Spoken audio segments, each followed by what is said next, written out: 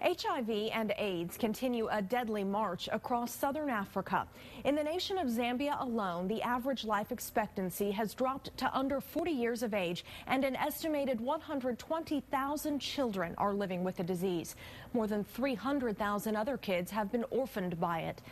New at 10, Jim Swift tells us that next week, Central Texans will have a chance to help by enjoying some music.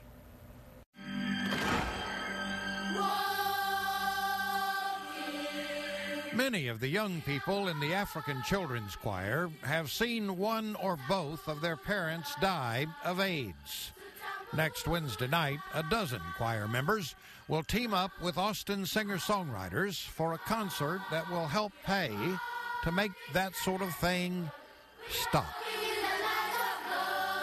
I like to say that Bono wrecked my life. And of course, wrecked is a positive term in this way. David Barstow is a Rollingwood resident who heard an interview with Bono, the musician, singer, and humanitarian, back in 2006. And one of the things that Bono said was he couldn't understand why Christians had taken so long to respond to the AIDS crisis in Africa.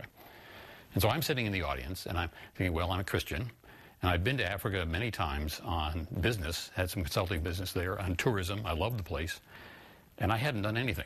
So I felt like, he was pointing the finger at me and said, why haven't you done something? Zana Langandine Alberto David, Ndiku Blaret Sarani, Moni Kuchokela, Ku Westlake Hills Presbyterian Church, Ku Austin, Texas, USA. So Barstow decided he would do something. Working with his church, Barstow created Impact Africa.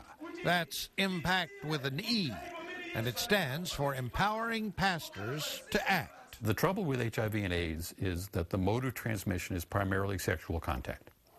So that means there's automatically some kind of attitude, judgmental attitude often, about people who have HIV or AIDS. People are apprehensive, they are worried, they're scared. So, Impact Africa funds workshops for pastors and church leaders to help them guide their congregations into more supportive and compassionate treatment of HIV/AIDS victims. The attitude is reflected in people being shunned, they're kicked out of their families, they lose their jobs. So there are a lot of sort of day-to-day living things that get affected by this.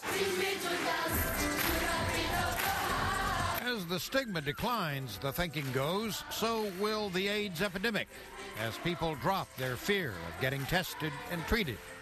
Declines definitely worth singing about. Jim Swift, KXAN, Austin News. In addition to the African Children's Choir and several Austin musicians, 3 cast members from NBC's Friday Night Lights show will also appear at Wednesday's concert. The show begins at 6:30 in the evening at the Nettie Brown Amphitheater on US 290 West. You'll find ticket information through a link with this story on the local news page at KXAN.com.